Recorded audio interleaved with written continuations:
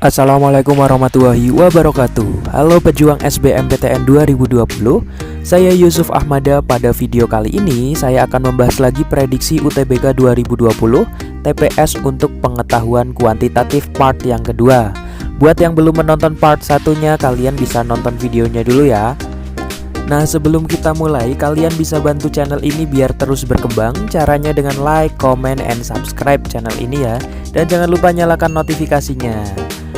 Oke, langsung saja simak penjelasannya berikut ini. Oke, kita mulai dari soal yang pertama. Nilai 10 dalam segitiga P adalah hasil operasi aritmetik semua bilangan di luar segitiga P. Dengan menggunakan pola aritmetik yang sama, nilai dalam segitiga Q yang tepat adalah berapa? Nah, berapa coba? Jadi di sini, ini pada segitiga P ini, angka 10 ini dia merupakan hasil operasi aritmetik dari semua bilangan yang ada di luar segitiga. Entah itu dikali, dibagi, dijumlah, ataupun dikurangi. Nah, pada segitiga Q ini, dia juga memiliki pola yang sama dengan pola pada segitiga P. Maka, angka yang ada di dalam segitiga Q itu nilainya berapa?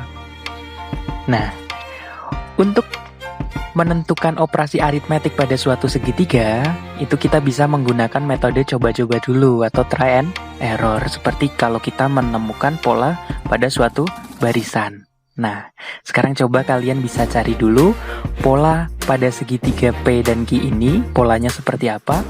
Ntar kalau udah ketemu kalian bisa balik lagi sini. Oke, kita bahas sekarang.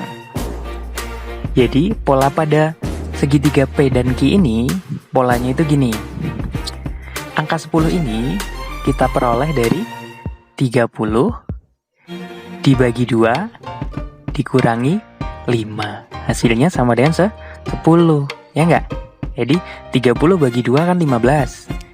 Dikurangi 5, hasilnya 10. Jadi pada segitiga Q, dia juga memiliki pola yang sama. 45 dibagi 3 dikurangi 9. Berarti hasilnya berapa? 45 dibagi 3 kan 15. Dikurangi 9, hasilnya sama dengan 6. Jadi jawabannya adalah yang A. Oke, kita lanjut ke soal berikutnya. Nilai 23 dalam segi 4A adalah hasil operasi aritmetik semua bilangan di luar segi 4A. Dengan menggunakan pola operasi aritmetik yang sama, nilai dalam segi 4B yang paling tepat adalah berapa? Nah, soal ini hampir setipe dengan soal yang tadi, cuma tadi bentuknya adalah segi 3, kalau ini segi 4. Nah, ingat, untuk menemukan operasi aritmetik pada segi 4A atau B, kita bisa menggunakan metode coba-coba terlebih dahulu atau try and error, seperti kalau kita menemukan pola pada suatu barisan. Nah, coba kalian cari dulu pola pada segi 4A dan B ini polanya seperti apa sih? Ntar kalau udah ketemu kalian bisa balik lagi ke sini. Oke, kita bahas. Jadi, pola pada segi 4A dan B ini, polanya bagaimana sih? Nah, untuk mendapatkan angka 23 ini dihasilkan dari mana? Nah, jadi, pada segi 4A, angka 23 ini kita bisa peroleh atau kita dapatkan dari hasil 7 dikali 5, atau 5 kali 7, kemudian dikurangi dengan hasil kali 4 sama 3. Jadi 5 dikali 7 dulu, 4 dikali 3, dan hasilnya dikurangi. Nah, kita peroleh hasilnya adalah 23 dari 5 kali 7 dikurangi 4 dikali 3. Gitu. Nah, berarti pada segi 4B polanya juga sama.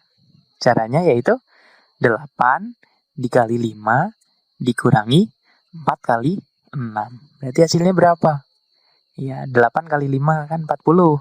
40 dikurangi 4 kali 6, 24. 40 kurangi 24. Hasilnya 16. Berarti jawabannya adalah yang B. Gitu. Oke, kita lanjutkan ke soal berikutnya. Dari angka 2, 4, 5, 6, 8, dan 9 akan dibentuk bilangan ganjil yang terdiri dari 3 digit yang berbeda. Banyak bilangan yang terbentuk yang nilainya kurang dari 500 adalah berapa? Nah, jadi di sini kita mau membentuk suatu bilangan yang terdiri dari 3 digit. Nah, tapi yang diminta bilangannya itu ganjil dan kurang dari 500.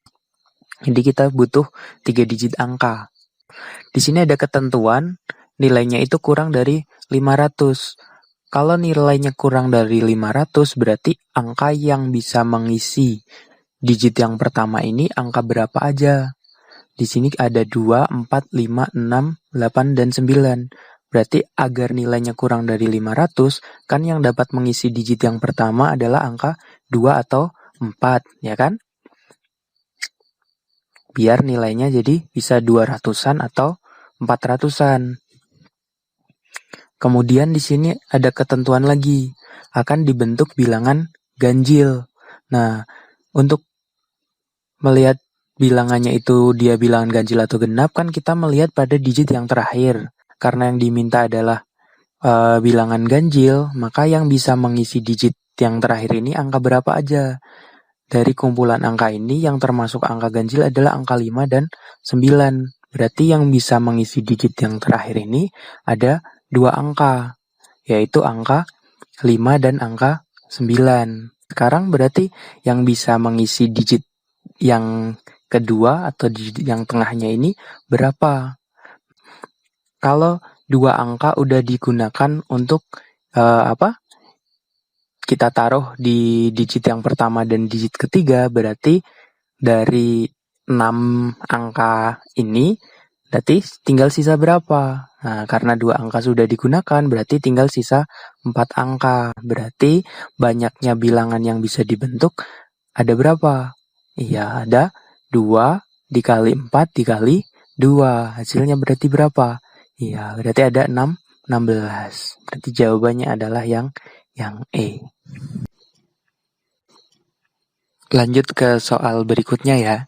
Di sini ada suatu barisan X 27 9 45 27 63 Y. Nilai yang tepat menggantikan nilai X dan Y adalah berapa? Nah, di sini ada suatu barisan. Kita disuruh menentukan nilai X dan Y-nya itu berapa. Nah, kita ingat bahwa untuk menemukan suatu operasi aritmetik pada suatu barisan bilangan, kita bisa menggunakan metode coba-coba dulu atau try and error. Jadi nggak ada ketentuan khusus, oh ini rumusnya harus gini, gitu enggak. Karena nanti pola barisan yang keluar di soal itu bisa aja macam-macam tergantung si pembuat soalnya. Nah, kita lihat dulu dari soal ini. Di situ ada barisan X 27 9 45 27 63 Y. Nah, triknya itu untuk mengetahui suatu pola barisan, kita bisa melihat dari pola barisannya itu dia ke barisan berikutnya atau ke suku berikutnya itu dia nilainya bertambah atau berkurang. Kalau misalnya bertambah bisa aja dia ditambah atau dikali. Kalau misalnya berkurang bisa aja dia dikurangi atau dibagi. Nah, kalau kita lihat pada soal ini, di sini nilainya ternyata ke barisan berikutnya itu nilainya nggak selalu bertambah, juga nggak selalu berkurang. Nah, di sini kita lihat dulu dari 27 ke 9.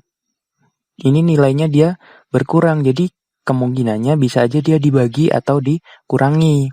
Kalau misalnya dibagi, kan bisa aja dibagi 3 ya kan? 27 bagi 3 kan 9. Nah, tapi kita lihat pada barisan yang lain. Dari 45 ke 27, ini dia nggak mungkin kalau dibagi 3. Nah, jadi ada kemungkinan bisa aja polanya adalah dikurangi.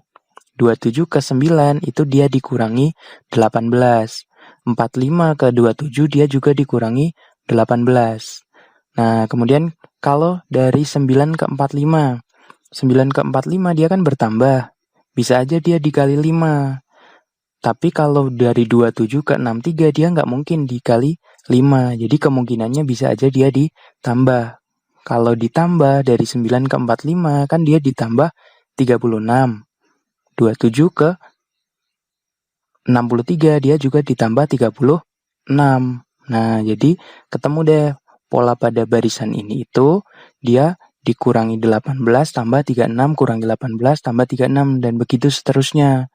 Artinya berarti kita bisa mencari nilai X-nya. Dari X ke 27 berarti dia ditambah 36 atau nah, kemudian kalau dari 63 ke Y berarti dia dikurangi 18.